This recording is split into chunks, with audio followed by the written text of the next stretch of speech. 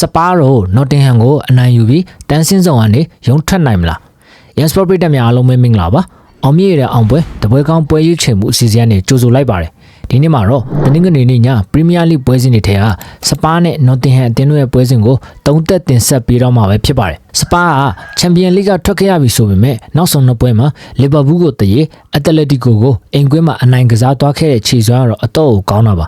ဇာဗီဆိုင်မွန်ကိုလိုမူအာနီနဲ့ပေါ်ရိုရဲ့အတွဲလုံးထိုးဖောက်မှုတွေကထိရောက်ပြီးတော့အတွဲကြီးလာတာလည်းတိတာပါတယ်ဒါကြောင့်အခုအိမ်ကွင်းပွဲမှာလည်းနော်တင်ဟန်ကိုကောင်းကောင်းဖိအားပေးကစားနိုင်အောင်ပါ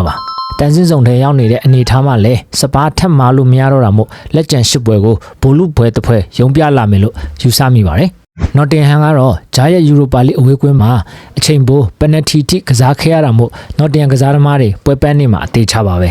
အခုလဲအဝေးကွင်းမှာထပ်ကစားရအောင်မို့နော်တင်ကစားကတော့ထင်တယ်လို့မကောင်းနိုင်ပါဘူးပရီးမီးယားလိမှာလည်းရလက်မကောင်းမဲနဲ့တန်းစင်းဆောင်ထဲရောက်နေတဲ့နော်တင်အတွက်အခုပွဲမှာလည်းစပါးကိုတရေရဖို့တာခန်းစစ်အပြုကစားလာနိုင်ပါတယ်ဒီနေ့ညအတွက်စိတ်ကြိုက်မောင်းတွဲရွေးချယ်မှုတော့ Telegram Channel မှာတည်တံ့တင်ဆက်ပေးထားပါတယ် Channel ကို join ဖို့အတွက်လည်း comment မှာ link ချပေးထားပါတယ်စပါးကတရေအနှုတ်50အကျော်ပေးထားပါတယ်ဖွင့်လှစ်မှုရပျော့ပြောင်းနေတာမှန်ပေမဲ့စပါးရဲ့ကစားအားနဲ့ခြေစွမ်းပိုင်းမှာတိတိတတ်တာတိုးတက်လာသလိုအိမ်ကွင်းလည်းဖြစ်တာမို့ယုံကြည်လို့ရနိုင်ပါတယ်တန်းစင်းဆောင်ထဲကရုံထွက်နိုင်ဖို့အတွက်လည်းအခုလိုအိမ်ကွင်းပရိသတ်ရှိမှာအစွမ်းကုန်စူးစမ်းကစားပြလာမှာတေချာနေလို့စပါးဘော်ဒီကိုပဲတနင်္ဂနွေနေ့ညအောင်မြင့်ရတဲ့အောင်ပွဲဖြစ်ရွေးချယ်ပေးခဲ့ချင်ပါတယ်ညီကိုတွေအားလုံးပဲအောင်ပွဲခံနိုင်ကြပါစေဗျာ